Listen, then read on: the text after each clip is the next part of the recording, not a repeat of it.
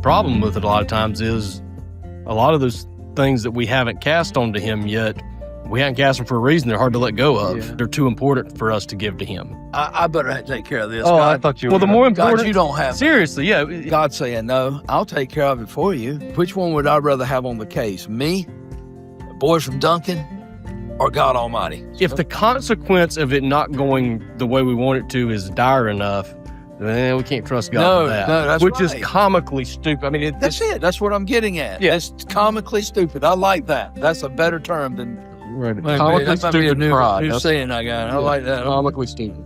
I don't want to write that down.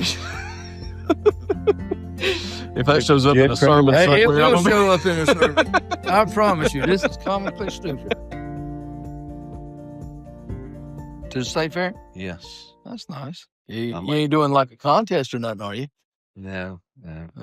Jams and jellies, it's time to enter and let the world in? We're going. They do jams and jellies at the fair. If so, you got to be all over that. I was going to enter the contest, but all I had was fourth of a pint. You can only enter if you have a half a pint or a pint. We'll make another pint. Or make another fourth. What now? What are we going to enter? I was going to do the grape, blackberry, and strawberry. So you need a half a pint, and you've got a fourth of a pint. Yeah, that's how I make them. Now, I do half pints here and there. That wouldn't be that hard. But what? Sounds milk. You just double the recipe. just triple the recipe. He needs more grapes. No, it's not that. That's where you come in. Yeah, it's the same recipe. You just have I can get 2 jars versus 1. Then that's why. But this is for a contest.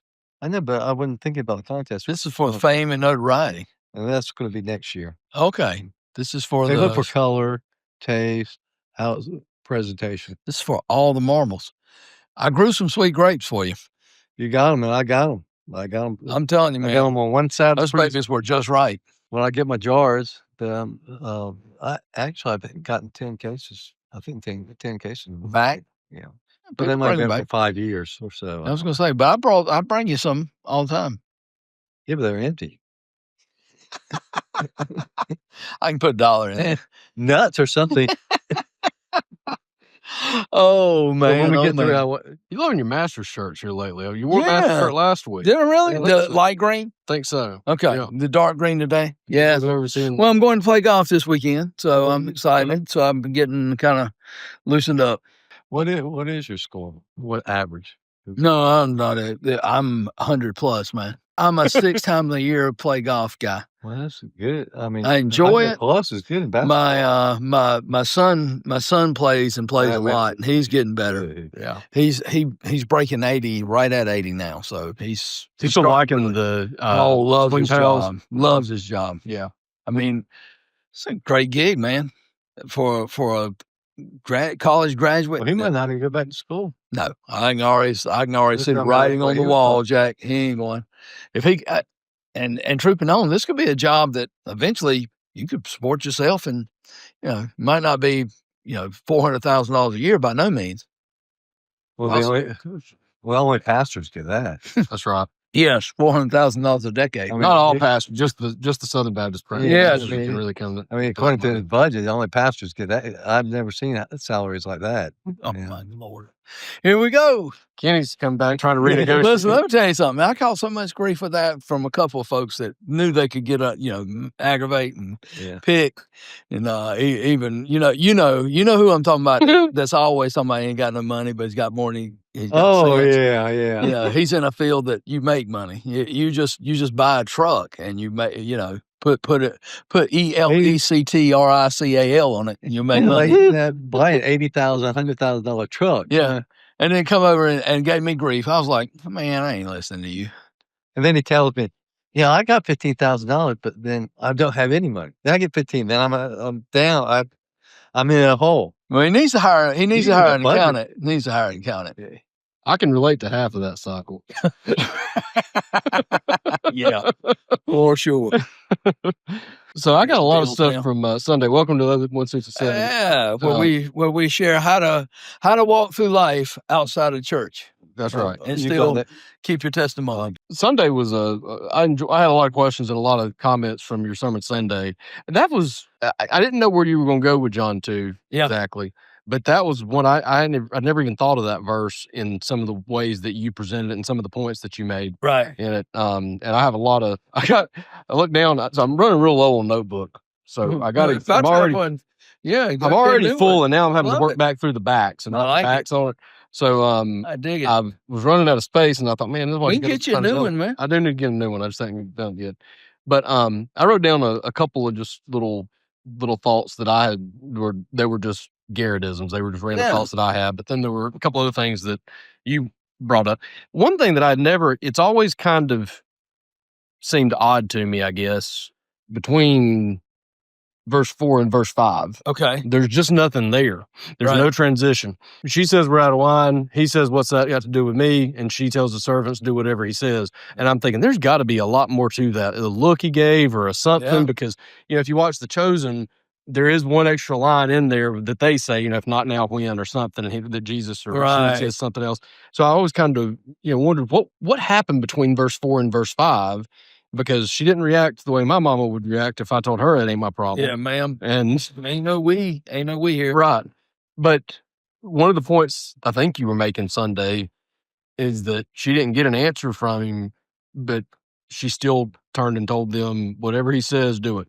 Just that, and I just kind of wrote down in my notes the answer is in that gap. She didn't have an answer to what his next step was going to be or his next instruction. But she did what she was supposed to do. She took the burden of Christ, left it there. She knew who he was. Mm-hmm. So that was all she needed to know. Right. The fact that she knew who he was. And she didn't know if he would or wouldn't. Right. I mean, that's the thing. And you don't see her keep on pleading, come on, Jesus, please, please, please. Because I think in a way she understood what Jesus was saying. Jesus wasn't just trying to be ugly to her. In fact, he wasn't. I think he was just wanting to make sure she understood that just because you gave birth to me, I got one higher than that, which is my heavenly Father. And just because you're my mama doesn't mean you tell me when to do miracles and you don't have an inside track, because you go a little bit later in John, you go a little bit, you'll see his brothers trying to do the same thing. Hey, it's the feast of the lights, and it's time for you to go and reveal yourself. If you're going to be the Messiah, and that they're doing it mockingly. If you're going to be the Messiah, you got to make yourself known, man. Yeah. And he's like, no, it'll be when the Lord wants me to reveal. And at the same time, I like the fact that he doesn't draw everybody. I mean, he could have drawn everybody's attention. Ladies and gentlemen, let me have your attention, please. We're almost out of wine, but watch what I'm going to do. Well, that's something else that I'd never noticed or thought about with that passage, is that it was only a miracle to a handful of people there. The rest of them, most people, and it's not recorded in the other Gospels, maybe for that reason. John was one of the ones that saw it. Because I don't guess John was written later.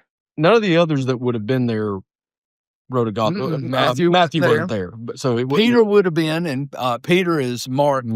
Yeah, so Peter could have, and Mark could have, but Luke was not. So now Luke interviewed Mary and many other witnesses. So there would have been some who could have told him about it. Yeah. And that was one of the things that you brought up that I just never, there were a few things that I just never really thought about from that passage. One also, and you didn't preach on this, it was just one of my random little thoughts here, but the part about, when the waiter comes out and you says, you save the good wine to last. Going into maybe to Sunday, I was thinking through that passage a little bit and thinking how in a lot of scenarios, Jesus does give us, I hate to say it this way, it's not the right way to say it, but simplest way to say it is he does give us what we want sometimes, and then later he gives us what we need. Sometimes early in your walk, things may go, because you see both sides of the story, right? There are some people who their life's a mess. They come to Christ and snap, everything starts to work out perfectly all of a sudden sometimes. And then you have some that's not the way it goes. And some wrestle with addiction or something else for the longest of times. Yeah. And then there's others on the flip side of that may come to Christ at a difficult time, and it may stay difficult for a while, and then later on down the road things start to come together a little bit more. Right. People may still fight their battles for some period of time, and you kind of see both of those. But I'd never really thought of in the case with, I don't know if this is symbolic at all of it, but in some way, does the good wine represent Jesus? Because a lot of people ask the question, why do we ever have sin? Why do we ever have to fall? Why did we, struggles? Why didn't God just make the world perfect to start with? Why didn't he just do that? And I just thought about that passage and waiting to serve the good wine until later, or waiting till the end. Yeah. And I don't know if that has anything to do with Jesus or not necessarily, but I just think about that and how he came long time after they expected him. Then he left, and everybody's been saying he's coming back for 2,000 years. He ain't back yet. It's sometimes he tests your patience a little bit too, maybe. So just wondering if there's any. I think if you want to draw a parallel, I mean, you could draw a parallel with that. I don't think there's anything. So it's a good lesson that life teaches us. I think there also is the pain that we struggle sometimes is going to be worth. Paul says these light momentary afflictions. Well, sometimes they don't feel very light, nor do they feel momentary. But compared to eternity and what awaits us, it's going to be glorious. And so I think there is kind of that, there's some struggle now here on earth, but then there's ultimately going to be the ultimate salvation, which Jesus is, that sign is towards that. And it's going to be one of joy and one of the best wine. So I think there is some parallels you can take there. I chose not to go that way just because I knew I had I had a seminary professor that taught us in seminary, and what we had to do is we had to stand up in front of the class and preach. And so you're preaching to preachers, so they know it, and you're not going to be able to just make stuff up. And they're down there writing, and then at the end of your sermon, you got to give a 10-minute sermon, and it's timed. If it ain't exact, it's already a F. And then at the end of that 10 minutes, all these pastors are going to critique you. Well, one guy got up there and he went to see it on basically a sub point to a sub point, and he went to town on it. And Fresser just raked him over the coals and said, is that the main point of that text? And he said, no, sir, it's a sub point. He said, well, I beg to differ. I think it's a sub point to a sub point. And then he began to do the outline. And then he said, I think the guy's name was Mr. Jones or something to that extent. The professor said, Mr. Jones, let me give you a word of advice. Just preach the main points of the Bible. And when you do all them, then come back and preach the subpoints. Then you can come back and preach the subpoints to the subpoints. And so for me, that was one of those, let me get the main points. And I did hit on some subpoints Sunday. Case in point, I'm trying to think of a couple like, okay, Jesus was in the everyday of affairs of he went to a wedding. Well, I don't know that necessarily tells me that he cares and he's in every one, but it does show that, hey, he's in our everyday events. So that's important, but it's not the main point of the text. I don't have an outline from Sunday, but I think one of them was Jesus is approachable. Yeah. Jesus is available. He's available, he's able, and he has authority. Available that's not approachable. He's available, able, and has authority. Yep. And then current applications. Yeah. That's maybe been the main point that I've ever taken from the whole story in John 2 was just that he was in one of the first miracles recorded. I guess in a timeline, this was the first miracle ever recorded. It happens to be at a big social, basically a party, right? Yeah. I mean, not for lack of a better word, it's at a big social wedding function. party, yeah. It's not in a temple. It's not among the priests. It's not wherever. It's in a common everyday kind of place. But then to me, there were a lot of subpoints that I hadn't ever thought about. Just the faith of Mary in it. And she never asked a question. That was another thing that I'd never really taken inventory of. But there was never a question or a request on her part. She said they ran out of wine. Yeah, that's it. She didn't ask. She didn't say you got to do something. Tell him what to do. She just said they're out of wine. He said, "What's that got to do with me?" Yeah. She said, "Do whatever he says." What's that between me and you? That's right. Like it says in the Greek. Yeah, but there's a lot of simplicity, I guess, and this is somebody. Matt Abram gave me a short little book about the crucifixion I was reading through, and it spent an entire 20-page chapter talking about the darkness in the last 3 hours of Jesus on the cross. And a big point that it was making was that there's really not anything in scripture about that. And I never thought about that before, but there's really not. It says it went dark and then it fast forwards 3 hours. Yeah. But it found, 20 pages worth of stuff to talk about around that. And then Sunday, I kind of looked at that and thought, well, there's a big gap there too between her saying they're out of wine and telling them, what's he going to do? sometimes there's a lot to be learned from what the Bible doesn't say also. And right. that's something I never really thought about. That's exactly right. It's hard to, And it you gotta doesn't be tell us careful with that because everything. I can turn that into an awful lot of what Well, ifs and that's where you don't read into the text. Yeah. But case in point, the crucifixion is an excellent example of that. You read what the crucifixion. I think you've mentioned this.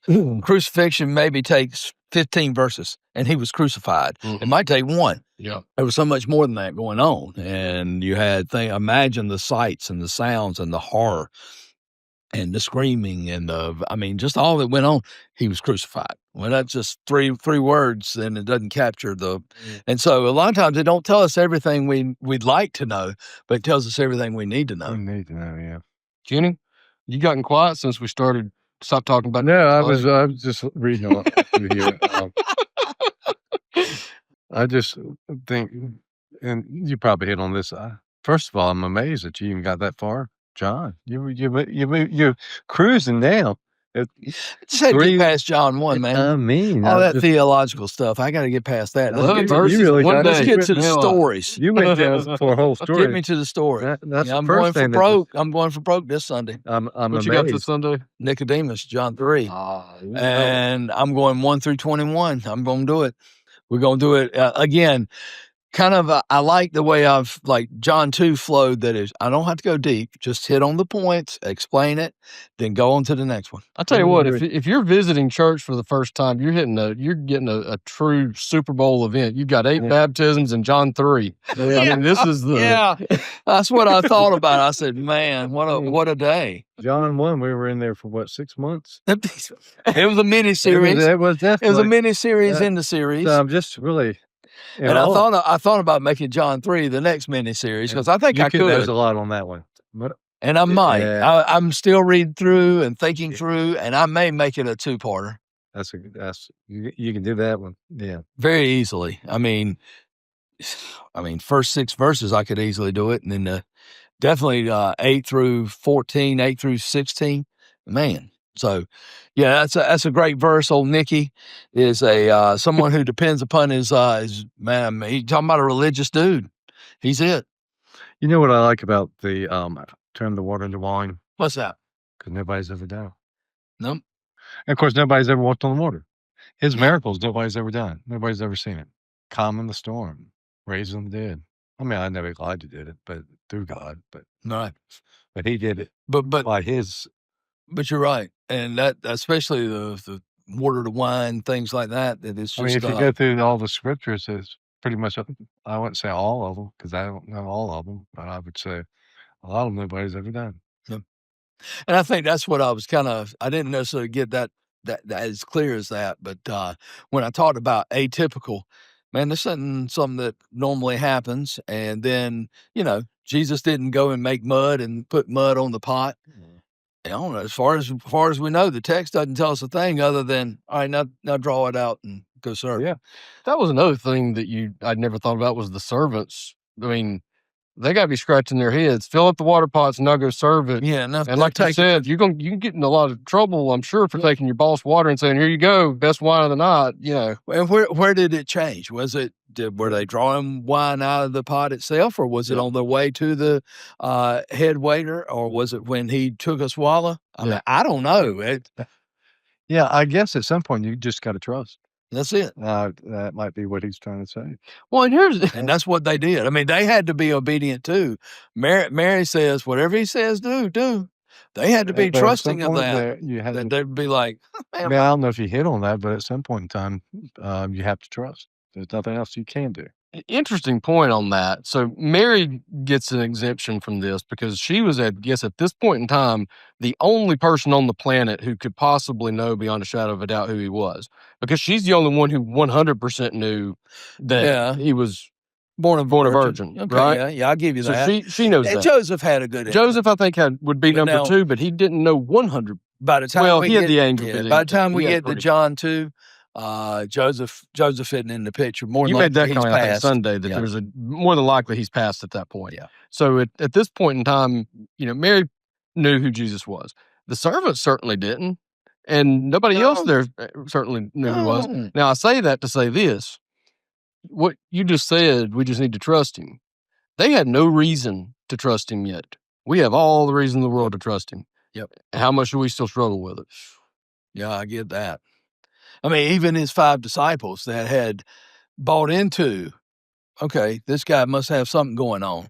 But yet verse 11 says that's when they really began to believe in him, because they were now seeing it for the first time live and in color. They were beginning to see John 1:14. We beheld his glory. They're beginning to see his glory. So in some of because I kind of forget the end of John 1. You didn't preach on that. Right. In 6 weeks, you only preached on 1 thing. Yeah, 1 through 18. But the first disciples, What you happened? counted that.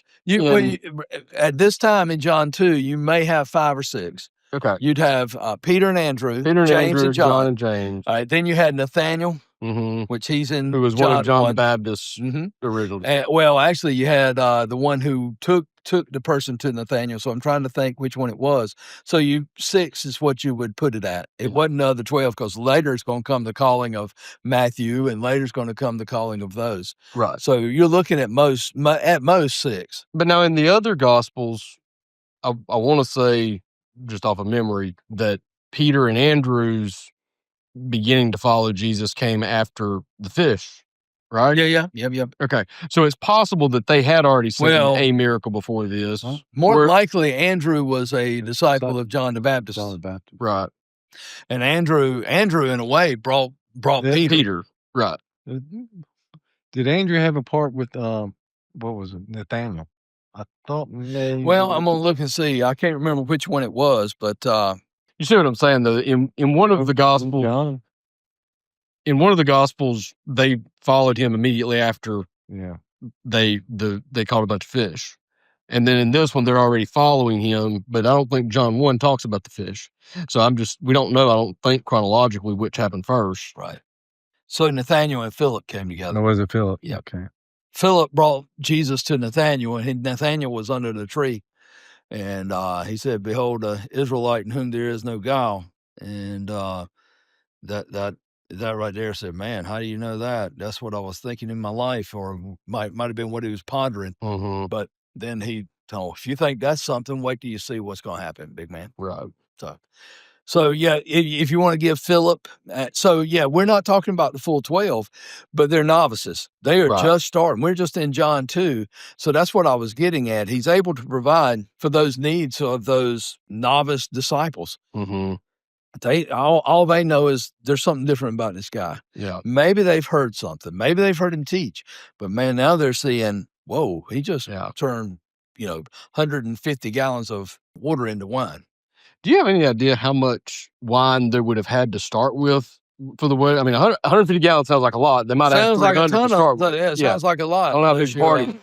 Unless it's Bonnie Sue's family. That was funny. That was I would have more fun with that. As I was putting that together, I was like, this couple don't even have a name. It's Billy Joe and Bobby Sue. Yeah. And Bobby Sue's family is going to be drinking a lot more than they need to. I told you we're going to need to invite that uncle of yours. That was funny. But yeah, no, as far as how much it would have been, I don't know. I mean, you stop and think, if it's got a week-long celebration. Yeah.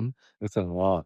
And these folks, I don't even know how much you'd have to have. Well, because you mentioned, the reason I bring it up is that you talked about how when he provides, there's leftovers. It's copious. Right, copious. You had to make that one up. You did not make it up. You had to I borrow got the so many folks who gave me grief about that. So at least you learned a new word. I didn't know what it was. But, I don't know. I mean, 150 gallons of wine, that's an awful lot. And I went to ECU. Yeah. That's been a long way to ECU. Yeah, I don't know. That's a Halloween night. That'll keep the party going for a while. But I don't know how much how much was that relative to what their need I'm was. sure that would have been a bunch. Yeah. I mean, you got to think it would be. Yeah. Because it doesn't really say how many. You got to really do some digging into the study Bible or something like that to get into some of what these terms mean.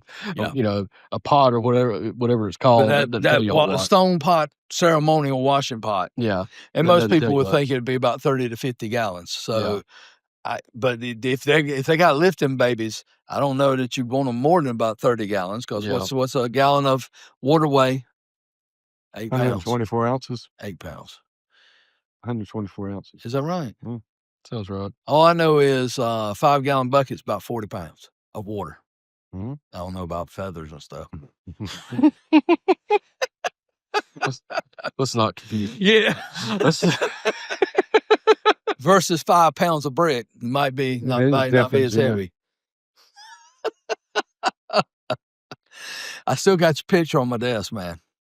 Earth shear and hurricanes. Oh, you still got that one? Yes, I'm gonna frame it.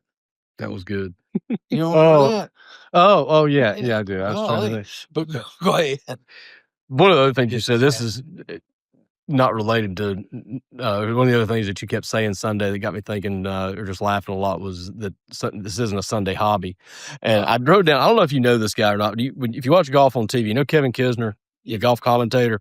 So you ever see he's from South Carolina and he's about my age. So when I was playing a lot of junior golf, he was we never played with each other, but I always saw his name a lot. So I remember him way back. He's funny though. Yeah. And he's got a bunch of stuff on YouTube where he's showing off for his friends and doing all, and one of his, I don't remember what it was, but he hit the ball like over his house into a swimming pool blind or something. And they're all oohing and ahhing. And he goes, "This ain't no hobby." Yeah. You know, but I thought about that one a lot. You kept saying, "This ain't no Sunday hobby." Yeah. But I just, and I think that's very important to remember is look, Christ is more than just going to church on a Sunday. Yeah. And he's more than just words on a page. Yeah. No, he's the living Son of God. He is the living Word, and he is our life. And I think that's, it's always good to be reminded that this isn't just a Sunday hobby I do. I go to church and check it off. Because if it is, man, you're missing the joy. You're missing the life that he came to give. Well, and there's, Sunday was a more, it probably hit me in personal ways more than I'd get into right here, but it is easy to put God in a box and look at a situation or circumstance and say, this isn't happening the way it should, or this isn't happening the way I want it to. You need to move like this, God. Right. Try to tell him what to do. Come up with a roadmap of what it's supposed to look like. And it's so easy to forget that he's not bound by our rules. I mean, that's the most obvious thing in the world to say, but God's not bound by our rules. That's right. You can't just he didn't even snap his fingers to turn the water into wine. No, we don't know what he did. Right. When the part that I was reading from the resurrection, the book that Matt showed me or gave me, there's not a scientifically explainable way that the sun can disappear for 3 hours without disrupting the planet in a big way. But if God wants that to happen, that's exactly what he can do. Or the sun to stay still while the children of Israel fight. Yeah, whatever. If he wants it to happen, we can sit there and say, how could he do that? Well, to him, it's like, I can do anything I want. He can do it. That's right. That's right. But in our world and through our lens, we can look at a situation and say, this is impossible. I don't see any way that this is going to work out, or I don't see any way this is going to end well, or I don't see any way he could be doing anything good in this situation. Yep. And to him, he's just thinking, you don't know me then, because to him, he can do anything he wants to do. It's just, and a lot of times it's just as simple as believing that. And we can say we believe it when we believe in church and we believe it and we know we're supposed to say we believe it and all that stuff. But when you get faced with a situation where you have to believe it, it might shake you up a little bit to find out that it's easier to say you believe it than to believe it when you have to. Yeah. So what you're saying is, I don't know what I'm saying. Hopefully, what you're you saying, can decode it. Kenny's about to nail it. What you're saying is, you believe in God created heavens and the earth by his voice. You believe that Jesus Christ rose from the grave. But when it comes to something affecting you very personal, that's when your faith wavers. I think so. I think that's when it gets tested. That's when it gets tested. Yeah. You believe all these things. And the question is, if you believe all these things, why couldn't he help you in a situation? Well, if I got struck? Because it's personal. Yeah. We're in it. And it's just when you read the Bible, like the children of Israel, we see it. We see the beginning and the end. And we're thinking, man, y'all got to be crazy. But they're living it. And so they're having, and we have the day in, day out. We tend to look down on the children of Israel coming out of Egypt because, man, but God can help you on that. But when you're living it, it's completely different. I get what you're saying. Well, and go ahead, you can finish it up. Well, I kind of brought it out a little bit.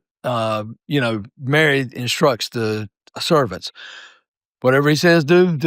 She don't have a promise of what he's going to do, but whatever he does, just go ahead and knock it out. Yeah. Do what he says. Well, what is it he says that we should do when it comes time for that we have burdens, we have troubles, we have struggles?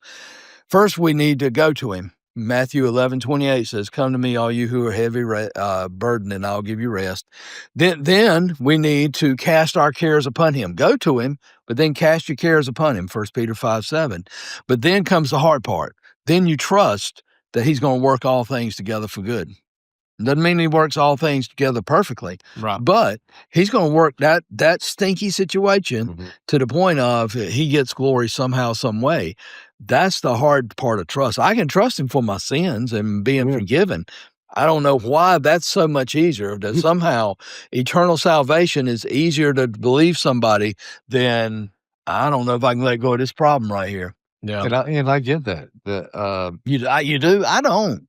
My eternity? No, I mean, versus I get we're worried about that. I Okay. understand what you're worried about that. I mean, I think all of us is that current situation, and it might be how our society, that we really don't really have to rely on God a whole lot.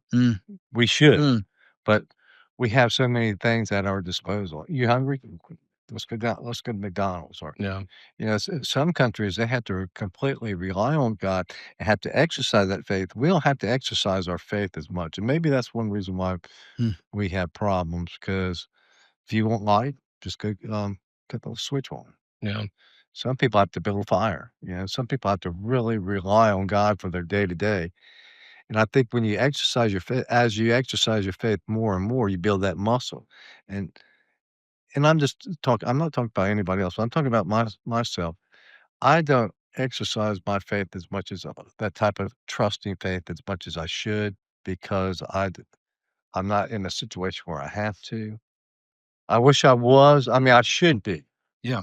But just where I live and the country that I live in, everything's pretty much at your disposal. Yeah. So we end up trusting ourselves. And I'm not saying that's a good thing. That's a bad thing spiritually. But if it's a good thing for us physically, you know, if you're out of the world, that's a great thing. You know, you can go afford a car, but for living for God, that can be a bad thing. I don't know if I made that clear. Well, if you don't exercise a muscle for some period of time, it's going to get weak.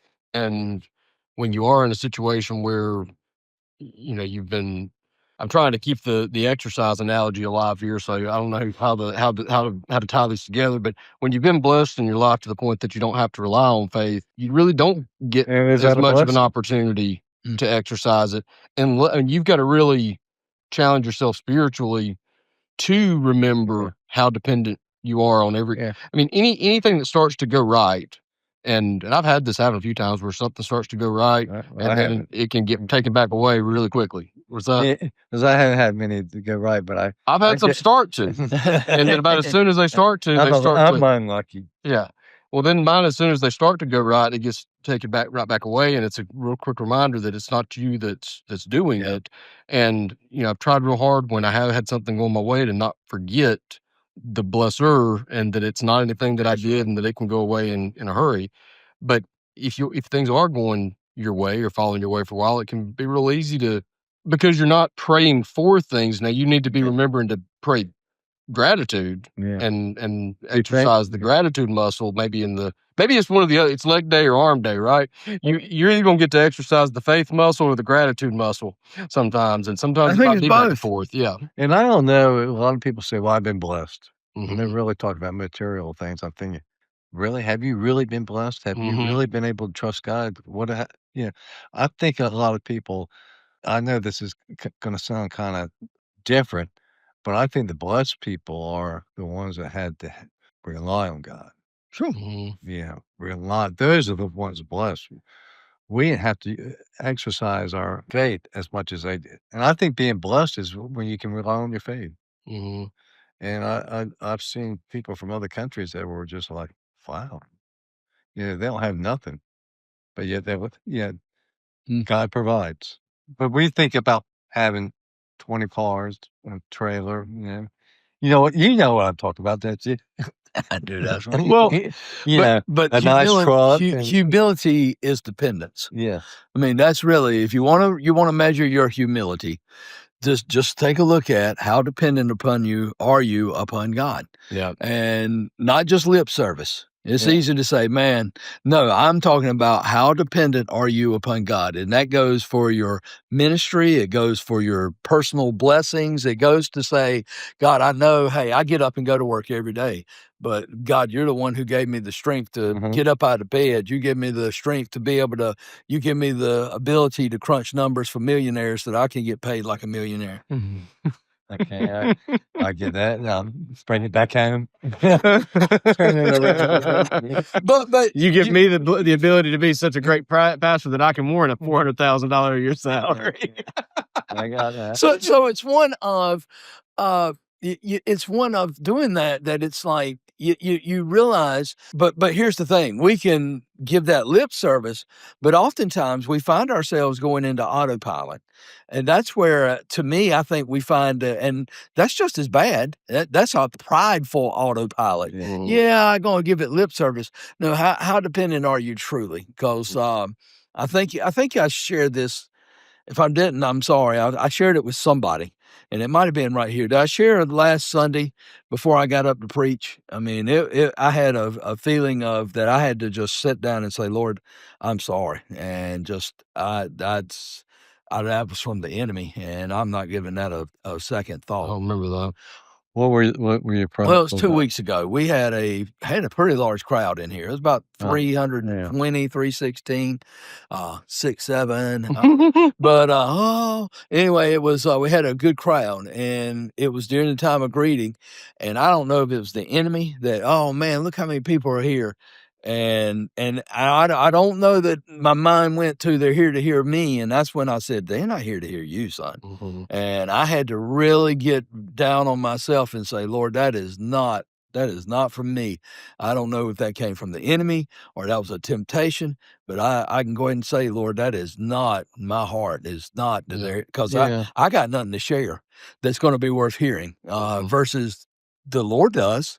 And the Lord thankfully uses us, but man, it's not you that come into here, Jack. Yeah. And I had to remind myself that, because no. I'm an average guy with an average pastor that can't hardly string 2 sentences together without there being some grammatical error. Yeah. Well, I really get your profession. It's hard for you to stay humble. You don't know how people come and tell you, man, that was a great message. Oh, but they come to the church and we're ready to join because, man, you preach the truth. A good sermon. And I'm like, stop. And I tried to keep you humble the best I can. I'm trying myself too. No, just stay married. That does a good job. Yeah. Does a real good job. Yeah. But Renee is one of the best at that. I know. My wife's getting on me about a haircut. Yeah. I just paid for 2. I thought, I got to get one myself. Yeah, we'll pay $40 and they give a group discount because I need one too. I can't swing your but it gives you, you don't have to get one for 6 months. Yeah. Well, no, I can't go that low. I can't go that short. Really? No. I got to keep up. Well, I mean, I don't cut mine but like twice a year, but I cut it really short. Yeah, I got to keep mine. I paid the first one before was $25. But the next haircut that I got from the same person, I paid $40. I got mixed up the tip. But she told me that the more you pay, the slower your hair grows. Oh, really? Yeah. I believe it. I ain't going. I think I can get one more week. She might be lying to me. But if you watch, I was messing with my earphones because I think I got too much hair around my ears that it doesn't fit my microphone up anymore.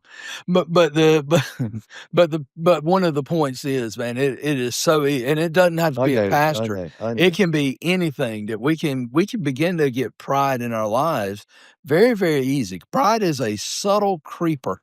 It just sneaks its way in, and it may not be he's a pompous, arrogant jerk. No, it can be just the little things of. I think some of the ways to measure, okay, are you truly prideful or not? Are you finding yourself always having to defend yourself? If so, that's probably a measure of pride. Do you have a hard time saying you're sorry? If so, then that's a measure of pride. I have enough pride. You know, I have to keep going. I mean, yeah, that's. We get it. He's 2 for 2, and we're good. We don't need to keep going. But I understand. You want to be complimented, Yeah. but that I'm doing, And it I'm never doing the hurts right to be. thing. It's I'm always doing nice to a good encourage job. somebody. Yes. I want to encourage you. Yeah. At the same time, don't let that encouragement become so much so that, it That goes you're to your looking head. for. And I think it goes back. There's something else to being okay. I want to be the best that I can be without being confident in myself. Yeah. I want to be the best that I can be by being confident in Christ. And there's a big difference between the two. Yeah. Because I can be the best I can be, and if I think I did it, then holy cow, what a big head. You probably in your profession, you probably do have to fight pride more than. I think just about everywhere, but the pastors do. Well, I human submit it's nature. anybody. Human nature is going to make it. No matter what you do, or even how good you are at it, we're going to find a way to find pride. Sure. If we want to. I mean, it's or not. If we want to or not, it's going to happen. We're self-centered, Right? And we don't clothe ourselves with humility, which Yeah. First Peter tells us to do. Which, and I think that's one of the keys. and the answer to that one goes back to what we talked about last week. What was that? No. I thought you were going to say something. Your face had like you had a good joke. I was like, wow. I had no joke because I'm guilty of it. Oh, two things. That's enough. The thing that we get it. He had a whole bullet list. I think we only got 2 entries. Okay. You can check for pride. He done shut me down. Yeah, he shot you down after 2. Do you need to leave the room for him to finish for anybody else, or? Well, no, he got me. Well, there's several places. It's easy. I mean, everything you said. Yeah. Getting down on yourself can be a form of pride. Finding, Yeah, I mean, there's a lot of different ways you can. Yeah, there's false pride.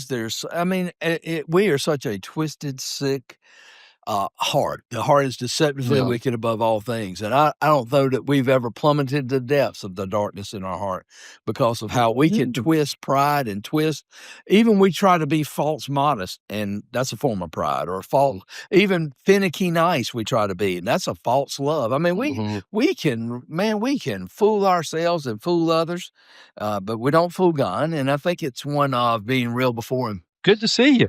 No, it's not. How you doing? Yeah, that's just being polite. I really don't care how you doing. I'm just asking. Right, yeah. Are you really going to tell me? Yeah. With you, man? Yeah. I'm real bad to do that. People ask me how I'm doing, especially like at a gas station. Good. I'm real bad to tell them the truth if it's a bad day. Both of you are just as lying, just as. Exactly. Yeah. No, I've had people ask me at the gas station, how you doing today? I said, I'll be honest with you, terrible, but thanks for asking. Yeah. I appreciate it. I like that part. I don't do it often, but occasionally, if I'm just having that kind of a day, I ain't gonna lie to you. Just go ahead and tell you. I ain't gonna lie, it stinks. Well, you can gas station. Somebody wants to come up and need $5 because they're out of gas. $5, yep. Yeah. Every time. I turn those away. Speaking of gas, I share that up here at Fuquay. The guy hit me up for $5. Is it Sheets? I get hit a lot. No, it wasn't Sheets. It was the Exxon up here. Okay. And he tickled me.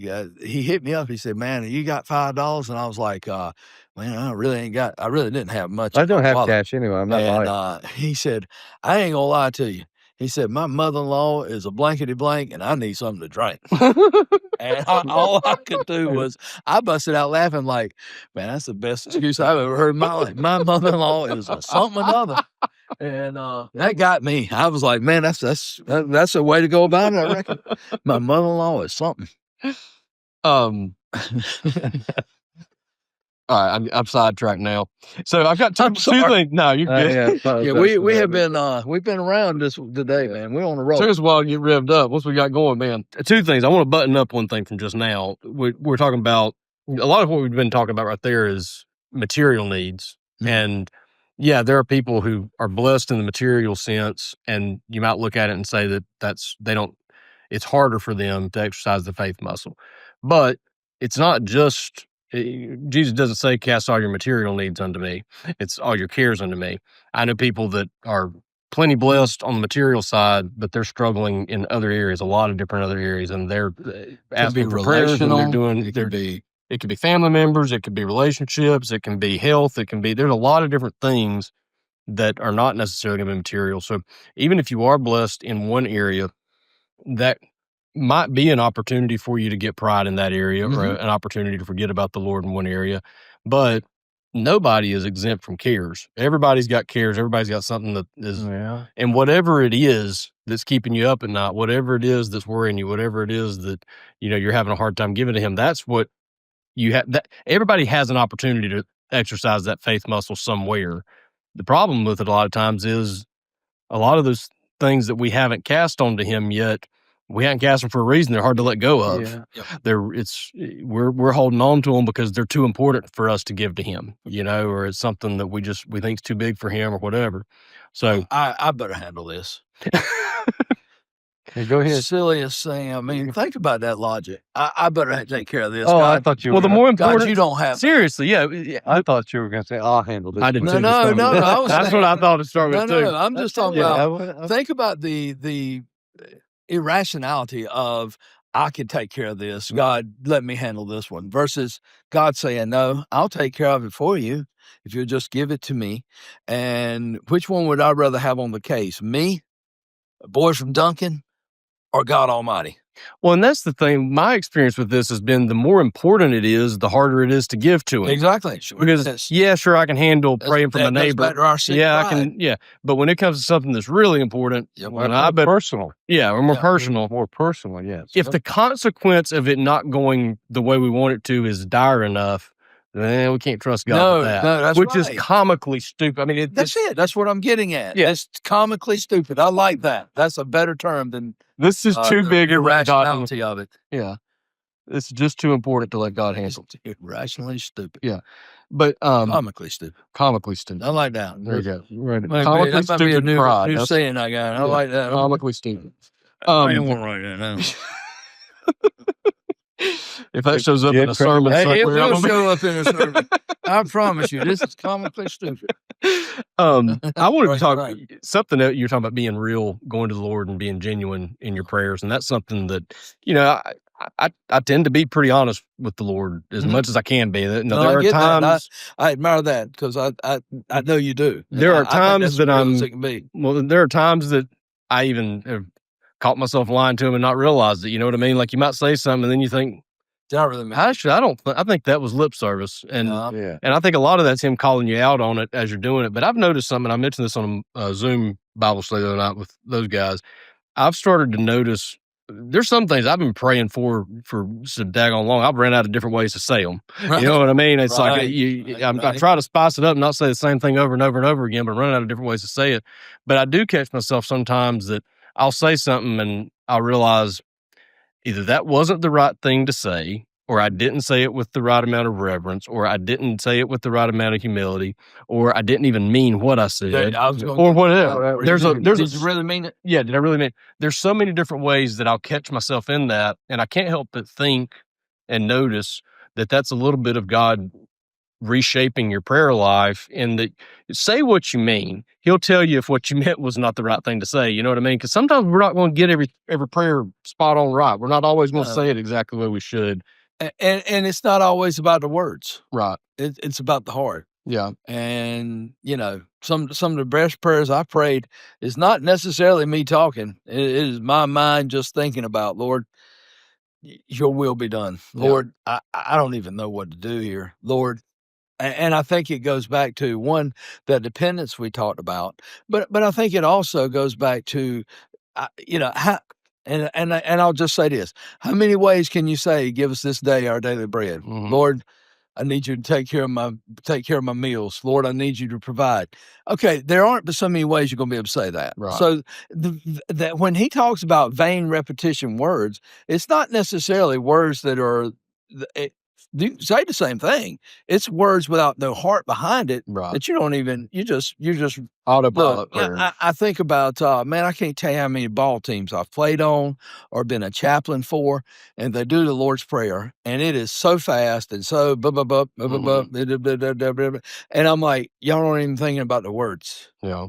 This is not doing us much good here. But think about what you're saying. Think about what it means, and are you really meaning it? Mm-hmm. And I think that's what God's looking at when it comes to the blah, blah, blah, blah, blah. I mean, we can babble. I don't think he wants that. I don't know. I have this written down in my notes from a couple weeks ago, and I never got to it. And maybe this is as good a place as any to bring it up. But Gabe's been doing something here lately that I think is kind of cute in a way, but it's also terribly like misguided. But there's something that he wants that he's probably not going to get. It's a game he wants to play. I thought this might be a date with the girl. That too. That's a separate. He single-handedly derailed about 30 minutes of the Bible study last week. Right. Because as I'm getting ready, okay, sorry, Gabe, if you hear this, I'm going to talk about you again.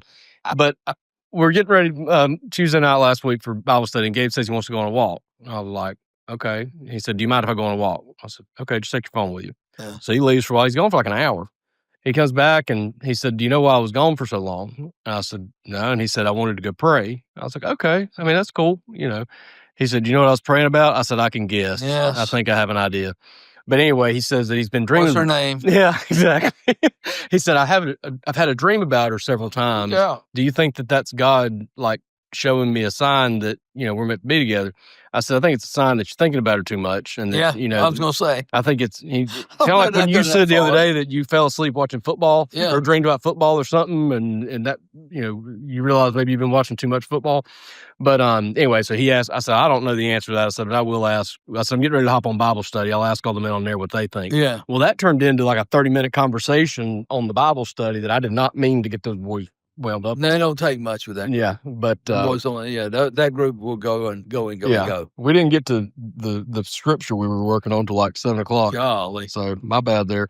But but a different thing that he won't, and he's not going to get this. Gabe, if you listen, here's your secret. I'm going to tell you right now. The secret is you're not going to get it, but you can keep trying because it's a game that he wants to play, and it's a game you don't need to play. It's got a bad rating. There's a bunch of bad stuff in it. Everybody's told me you don't need to play this game. Okay. And he's trying to talk me and his mom into letting him have it. Well, his mom's already told him no. Yeah.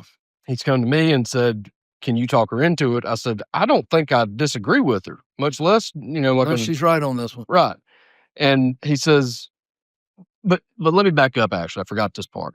The way I figured it out is one day he comes to me, he says, like, where's the toilet brush at to clean the toilet? I'm like, why are you cleaning the toilet? Yeah, that's kind of. And then he starts putting away laundry, he starts doing all this stuff. And I finally said, Gabe, I appreciate all the help. I really do. Yeah, but what's going on? Yeah. And he said, well, I'm trying to show that I'm mature. And I said, okay, why? He said, I just want to show you that I'm mature. Because the game. I said, I know. Because the game he's playing is rated mature. For mature. Yeah. And he's trying to prove, and he said that he's watched it, he's looked it up on YouTube, and everything on YouTube says that it's okay to play it when you're 13 as long as you're mature enough to know that the stuff in the game, some of it's not appropriate. GTA? Yeah, that's it. Yeah. There you go, Gabe. You see, Pastor Ben even knows without me telling him that you can't play this game. Yeah. Okay? Yeah. And I did hit him with this one time. He said, because he kept on me at it. I said, do you think Jesus wants you playing it? Yeah. I said, do you think Pastor Ben would tell you to play it? Yeah. He said, would you play it with him in the room? That's right. But anyway, he just keeps trying to earn mature points. And he finally said, how many mature points do I need to prove? I said 758. I said 17 million. I just picked a number. He said, how many mature points did I get for putting the laundry away? I said 5. Yeah. He said, how many do I need to get the game? I said 17 million. He said, I'm never going to get that. Yeah, exactly. I said, well, that's the point. Yeah. And finally, he just keeps at it. Yeah. And I finally told him the other day, I said, here's the deal, Gabe. I said, I don't know if you're going to get the game or not. At that, I still, I'm not thinking too much about it. The game don't even come out till next May, right? I said, you just keep doing what you're doing for right now, and we'll see what happens. I said, but I'll go ahead and tell you right now, there's a good chance you're not going to get to play it. And second of all, I said, I want you to understand, you keep doing all these things that you're doing. I want you to do those things. But at the end of the day, whether or not you get the game or not is up to me. It ain't up to you because you're not earning 17 million unless I decide to change the scoring system somehow. You know you're not going to get that. So quit trying to think you're going to do something that's going to earn. Now, that's a terrible example of grace, I suppose. But I think a lot of times we look at the things that we want from God and we try to find ways to earn enough brownie points and earn enough prayer points and earn enough things that we finally earn his grace. At the end of the day, he decides to give it to you or he doesn't. And you're not earning it. And he's going to decide, just like me with GTA, he's going to make that decision based on what's best for you, not based on how bad you want it. That's right. So as misguided as his little game is, it was a nice little lesson because I probably try to earn a lot of GTAs we do from God because I want them. Why wouldn't he want me to be happy? Yeah. And earn GTA. Yeah, I'm trying to earn my 17 million GTA points. But anyway, it's I love the way the kids show me my flaws. It's a video game. I didn't realize because it was out when I was a kid, but it wasn't so bad then. But man, somebody was telling me about all the stuff that's in it now. No, I don't shoot video games. I got one game I play. It's called retro football. Retro Bowl? Yeah. Retro Bowl. Yeah. It's like That was like Tecmo the- Bowl yeah. 60s. Yeah. 64. NES, Nintendo. No, it's on my iPad. Oh, okay. But it's pretty cool. I get to be right now. I'm ECU. I was App State and won the national title several times. No, is it actually licensed to use the real teams, or is it? No, it's real teams. Okay. Colors and everything. Okay. Now you draft players, but they're not real players. They just make up names. Yeah. And every 4 years your team resets, or every 3 years, because if a kid's a junior and transfers or goes to the pros. It's cool. It's cool. I love it. That was when I used to play the heck out of some college football when I was in college. Like I was Madden and like Madden or the NCAA. CFP. I remember that. I was good at that stuff. No, I wasn't good at that one, but I could play Tecmo Bowl. But then again, that was just basically hand the ball to the man. Yeah. I don't do a whole lot of games on my phone, and mainly because the kids are on their phones so much, I don't want to be sitting there telling them to get off their phones while I'm playing on mine. Yes, So that's it. I've had to. I working get real so hard much now with my grief. kids. And you know the thing of it is there is a select group of teenagers, more and more teenagers are realizing, and I know you're probably saying it ain't my kids, but there is a little underswelling of kids that are kind of getting tired of they're starting to see the ugliness of all the apps and all that they're beginning to say, I don't need it as much in my life. Yeah. Some of them are even saying, give me a flip phone. I don't know. I hadn't seen any of them in Fuquay, but I've heard there's some kids that are beginning to realize, man, I don't need that thing in my life so much. Well, no joke. I seriously I've changed my notification settings on my phone so that from like 8 a.m. to 10 p.m., There you go. almost very few things will actually alert me. Yeah. And I've intentionally put certain apps as far back in the back so that if I can't delete them, they're apps that I have to use occasionally. Right. Facebook and Instagram, I have to do them some for work.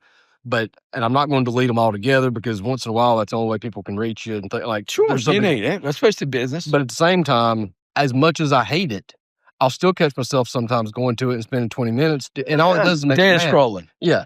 So I've got to a point now where somebody made a comment to me the other day. I sent them a screenshot of something and they said, yeah, it looks like you spend a lot of time on YouTube. I said, well, that's mostly work. I spend a lot of time doing things on you YouTube. do. But outside of that, Facebook and Instagram and all the other, that's the only two that I ever really use. But there's so many things that I catch myself doing on my phone that I think, what in the world What am I is this doing? doing for Yeah. anything? Just sitting there, just I looking tell at you, pictures. you want to really see how much you're spending time on your phone, let a 5-year-old tell you need to get off of it. Because Christian, a lot of times, we'll be sitting there watching TV and I'll have my phone out and he'll say, Dad, can you please put your phone away for a few minutes? And it's like, oh, geez. There you go. A bad son. But if I have the little one in my life, my nephew, if he ever tells me I'm too much on my phone, I know I must be buried in it because that boy's on a pad all the time. Yeah. Nate got him a set of golf clubs because Nate works with Swing Pal, so they get all kinds of clubs, and he's always having to resize and he found a kid's starter set, and gave it to him. So I took him outside. I said, "Man, let's go outside. Get away from that phone. Get away from that iPad." Yeah. And it was fun trying to teach him how to swing because that boy was putting up thought he was a samurai. And I was like, "Be patient. Be patient." You know, the funny thing about it is when I tell the kids, any of the three of them, if they're sitting around the house, they're going to be on their iPads or doing something. Now, Reese is real good to try to find instructional videos. She's constantly finding how-to videos and then going and doing the things that that's she's learned. And I think that's cool. But one of the things that if I just look around the house and I see 3 kids sitting on a phone and me sitting there on the phone, a lot of times I'll just put them down and say, let's go outside for a walk. Anytime I say, let's go do something like that, usually they're excited to go do it. It's not that they're not interested in doing things outside. It's just we've all kind of started using them as a crutch to Kill time. Well, it's the television for my generation. Yeah. And now it's the phone for this next generation. At least the Because television. I still find myself television. Oh, let me scroll, see what's on. Yeah. Blah, blah, blah, blah, scroll through all the channels. Nothing's on. Just find something. A game. Go to a doctor's office and everybody's. That's it. Mm. That's it. Yeah. Oil change wherever you go, and there's a group of people. Yeah, and it's fun. I took my Amber Alert off my phone, I so didn't know you could do that. so I don't get the notifications. I didn't think you could do that. Well, I don't know how I did it, but I did. But it's been a long time I ago. didn't know how he did it. And a couple of years ago, I don't know, maybe 3 years ago, when David was alive, because I was sitting beside David Mangum, Amber Alert came on. Yeah, everybody's In the whole on And everybody was doing. I'm just sitting there. Everybody's just looking at their phone. I thought that was so funny. Yeah. Yeah, I'm just sitting here. Kenny's I thinking had no idea, but everybody else was scrambling for their phone. Yeah, oh yeah. Why's it going off? And it's in the Yeah. middle of church. Yeah. Yep. To me, it's funny because I was watching everybody scrambling. I sure didn't know you could turn it off though. I'm impressed. I'd be impressed if you knew how to do it. Yeah. I don't know how to do it. Now, let me see. I thought, because I don't get Amber Alerts. You send the Amber Alert. Is that serious? Amber Alert. Amber Alert. I think I'm pretty sure. Or it might be under notifications. Amber, I'm not sure. Yeah, there might be something you can do on it. I'm not sure. I don't think you can get an Amber Alert because you'll be getting Amber Alerts everywhere. Yeah. Well, we do. Yeah. I'm talking about. I mean, I'll get them for Guilford County or something. Yeah, but Yeah, you get them know. from the state of North Carolina. That's what Yeah. you do. This. Please. I suppose I'm not a very responsible citizen for not reading them and trying to. But when I see Guilford County and it's like that's 100 miles away, I'm not going to remember the details of this. But Yeah, I don't see. Oh, there's Amber Alerts, government alerts, Amber Alerts right there. so you can. So you can turn it off. Public safety alerts, test alerts. What's emergency alerts? That's the one I probably. That's probably like tornado warnings and stuff No, like that. I think it's emergency would be like child Or abduction. or there's like an earthquake in the area or a shooter loose. Yeah, we have a lot of earthquakes. You know, if Pretty hard. you keep that one on, you might need that. You Yeah. need that. Don't take that one off. I won't because You the take ground starts moving. I know. Everything. Yeah, I don't need my phone to tell me if we have an earthquake. I think I'm sure it's something like a shooter or something like that. Yeah. Yeah, you don't want to take that. All right. Yeah, so you're right. You can. I didn't know you could turn them off. Learn Leave the something new every earthquake day. one on. I've got it. I'm If expecting this thing one gets to soon. shaking, baby, we're good. Yes. My phone is going off. Well, we're an hour and a half in. Hey, We got man. anything else, or are we good? No, I was just We've going covered everything from- but I can do it next time. No, I'm saying. No, it's just I was just Or give us something to think about for next time. Yeah, give us a teaser for next week. Well, this Or is a really- homework assignment, Kenny. This is okay. For him to either not do or cheat on. Yeah. I was teaching Sunday, and we were talking about Moses and Aaron. Okay. The Moses Levitical struck the priest. rock. Oh, okay. Before that, the children of Israel, and this is a new generation. This is not the old generation. Yeah. This is almost getting ready to go in. Well, it's in Numbers. It's in Numbers 20, where between 19 and 20 is a 38-year gap. Yeah. I'm just assuming, man, we're just here in the desert waiting for We're ready to go everybody in. We're ready to go in. That's mean, right. It goes from 2 years to 38 to 40 years in less than a chapter. Ain't nothing to report. Right. We're just hanging Wandering out. around Y'all for- guys die. Yeah. I'm just I hated waiting for to- you to die. I hated it had to be the last one because everybody's just sitting there watching Mm-hmm. when you go to pass away. Yeah. So once the let's last go one ahead and dies, they speed can up the go in. process. Is that kind of the? Yeah. You know, There's Caleb's nothing got to written be down. thinking that. Do what? You Yeah. Caleb and Joshua. Yeah. Can't wait for him to die. Yeah. We can go. You can't be too many more left. Yeah. Anyway, they were complaining about not having any water again. You know, I think that's what a lot of us do. We blame. Well, we complain, then we blame, Mm. and that's what they always do. Yeah. Yeah, we all do that. Adam did that. Complain, blamed Eve. Mm-hmm. And the thing that I took out off from this, and I wrote this as I was writing this, that Moses and Aaron didn't know what to do, did not have any answers. So what did they do? They just fell on their face. They had no answers, and that's a good place to be in. Mm-hmm. And that's a place that I think we should be in a lot of times, where we just get before the Lord and just tell the Lord, we don't know what we're going to do. And that's not a bad place. Actually, that's spiritually, that is a good place. Best place. Yes. Yeah, I think. And then you find, and I know Proverbs I 3, 5, found and that 6. that's when I'm really seeking God. Mm-hmm. Not when I have everything. It's when I'll have nothing to fall on. But yeah.